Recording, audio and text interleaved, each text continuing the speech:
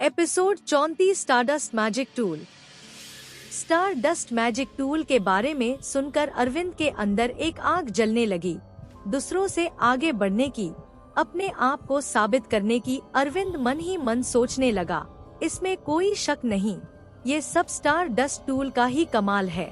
इसी वजह से मेन फैमिली के मेंबर्स इतने तेजी से अपने मैजिक कल्टीवेशन में तरक्की कर रहे हैं। काश मैं भी मेन फैमिली का हिस्सा बन पाता, फिर मेरी और माँ की जिंदगी भी अच्छे से गुजरती और इस तरह हमें दूसरों के भरोसे नहीं जीना पड़ता। शेखावत परिवार जैसे बड़े नामी गिरामी खानदान के पास भी इतना मैजिक रिसोर्स नहीं था कि वो परिवार के सब मेंबर्स में इसे बांट सके, क्योंकि ये मैजिक रिसोर्सेज काफी रेयर होते थे और मार्केट में कम ही आते थे। इस वजह से इसका दाम भी आसमान छूता था। उन्हीं रेयर आइटम्स में से एक था स्टारडस्ट मैजिक टूल, जो कि हर एक मैजिशियन के लिए किसी कीमती खजाने से कम नहीं था। हर एक मैजिशियन अपना एक स्टारडस्ट मैजिक टूल होने की डच्छा रखता था। अरविंद को ये तो नहीं पता था कि स्टारडस्ट मैजिक टूल काम कैसे करता है या फिर उसे बनाया कैसे जाता है, पर उसे ये जरूर पता था कि स्टारडस्ट मैजिक टूल मैजिशियन के स्टारडस्ट में तेजी से ऊर्जा खींचने में मदद करता है, जिससे मैजिशियन देर तक मैजिक कल्टीवेशन कर सकता है और अपनी सोई हुई ऊर्जा को वापस पा सकता है। ये बैटरी की तरह काम करता था, जो मैजिशियन के डिस्चार्ज होने पर उन्हें तुरंत चार्ज कर देता, जिससे मैजिक कल्टीवेशन के दौरान हुई थकावट कुछ ही देर में मिट जाती थी। आम लॉर पर एक स्कॉलर लेवल मैजिशियन केवल 2 घंटे ही मैजिक कल्टीवेशन कर पाता था, क्योंकि उसके पास केवल एक स्टार डस्ट जितनी ऊर्जा ही होती थी, जिसे वो मैजिक कल्टीवेशन में यूज कर सकता था और अपने स्टार्स को ट्रेन कर सकता था। पर स्टार डस्ट मैजिक टूल एक एक्स्ट्रा बैटरी की तरह था, जो स्टार डस्ट की रोई ऊर्जा को वापस रिचार्ज कर देता था। 10 वजह से ये टाइम लिमिट यूजर के लिए बढ़ जाती थी और वो देर तक कल्टीवेशन कर पाते थे।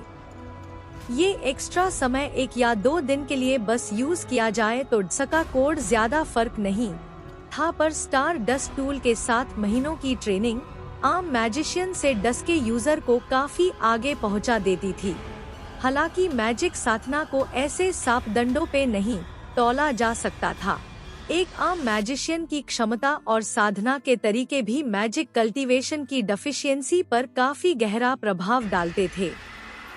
कुछ ऐसे मैजिशियन थे जो स्टारडस्ट मैजिक टूल से दुगना लाभ प्राप्त कर पाते थे, तो कुछ ऐसे भरी लोग थे जिसके कल्टीवेशन स्पीड पे मैजिक टूल्स के होने के बावजूद भी कुछ ज्यादा फर्क नहीं पड़ता था। अरविंद ने थोड़ा एक्साइटेड होते हुए पूछा, अंकल आपने बताया था कि रैंकर क्लास में सेलेक्ट होने वाले स्टूडेंट्स को भी स्टारडस्ट मैजिक टूल का इस्तेमाल करने का मौका मिलेगा। मसंगलम, हाँ ये बात सच है। अब शहर के इतने लोग रैंकर क्लास पे इतना ध्यान दे रहे हैं, तो एक स्टारडस्ट मैजिक टूल की व्यवस्था तो की ही जा सकती है, पर कॉलेज द्वारा प्रोवाइडेड रिसोर्सेज को स्टूडेंट निश्चित समय के लिए ही इस्तेमाल कर सकते हैं। क्लास में बहुत सारे स्टूडेंट्स का चयन होगा और इतने हर एक स्टूडेंट को एक मैजिक टूल दे पाना संभव नहीं है। इसलिए एनुअल एग्जाम के द्वारा बहुत सारे स्टूडेंट्स को अलग कर दिया जाएगा और केवल कुछ स्टूडेंट्स को ही रैंकर क्लास में एंट्री मिलेगी। पर रैंकर क्लास में बने रहने के लिए इन स्टूडेंट्स को काफी मेहनत करनी पड़ेगी, नहीं तो कोई और स्टूडेंट इनको रिप्लेस कर देगा।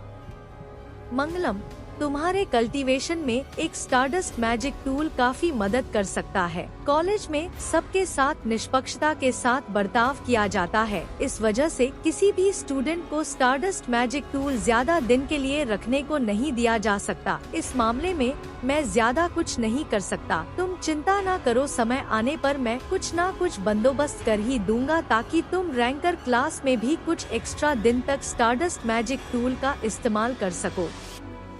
मंगलम, तुम्हें एनुअल एग्जाम में अच्छा परफॉर्म करना होगा, ताकि मेन फैमिली से तुम अपने लिए एक स्टारडस्ट मैजिक टूल हासिल कर सको। उसकी मदद से ही तुम कतिवातियों के नई ऊंचाइयों को छू सकते हो।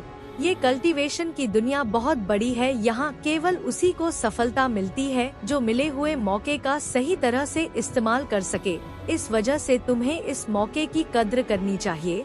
हर किसी को स्टारडस्ट मैजिक टूल इस्तेमाल करने मौका नहीं मिलता। अरविंद, आप चिंता ना करें अंकल, मैं आपको निराश नहीं करूँगा। मंगलम, ये सब बात मेरे सामने कहने से कोई फर्क नहीं पड़ने वाला। तुम्हें जतिन भाई साहब और दीपिका के सामने अपने आप को साबित करना होगा। अरविंद मन ही मन मुस्कुराने लगा और सोचने लगा, तो क्या हुआ आदर्श, तुम कितने भी टैलेंटेड क्यों ना हो, एक बड़ी फैमिली के मैजिक रिसोर्सेज के सामने तुम्हारे टैलेंट की कोई औकात नहीं। और वो निखिल का बच्चा, उसने थंडर एलिमेंट ही अवेकेन क्यों ना कर भी लिया हो। एक बार मुझे स्टार डस्ट मैजिक टूल मिल जाए फिर वो मुझसे बहुत पीछे छूट जाएगा। मंगलम, अरे हाँ, उस राघव के लड़के का क्या हुआ? क्या वो किसी काम का है भी या अपने बाप की तरह वो नाकारा ही है? आकाश के बारे में पूछे जाने पर अरविंद के चेहरे पर एक हल्की सी मुस्कान आ गई और वो बोला, उसका क्या है? वो नाकारा था और नाकारा ही रहेगा। शायद इस एनुअल एग्जाम में उसे कॉलेज से बाहर भी निकल दिया जाए।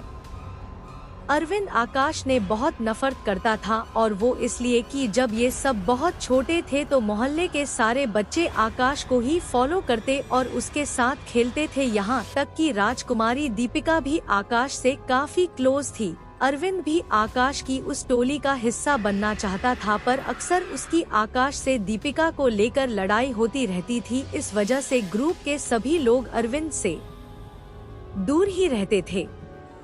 अरविंद ने मन ही मन सोचा, पता नहीं राजकुमारी को उस आकाश में ऐसा क्या दिखता है। वो बचपन में भी एक आवारा कुत्ता था जो गली गली घुमाता था और बड़ा होने के बाद भी वो किसी काम नहीं है।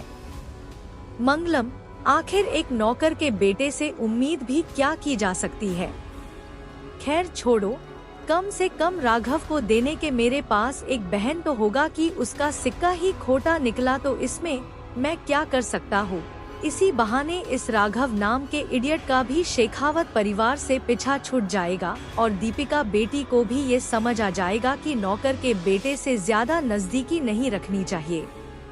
उन्हें भी समझ आ जाएगा कि नौकर के बेटे से कितनी भी उम्मीद क्यों ना की जाए, वो रहेगा नौकर ही और इसे चाह कर भी वो नहीं बदल सकता। इसलिए दीपिका बेटी को भी ऐसे इंसान से दूरी बनाए रखना ही अच्छा रहेगा।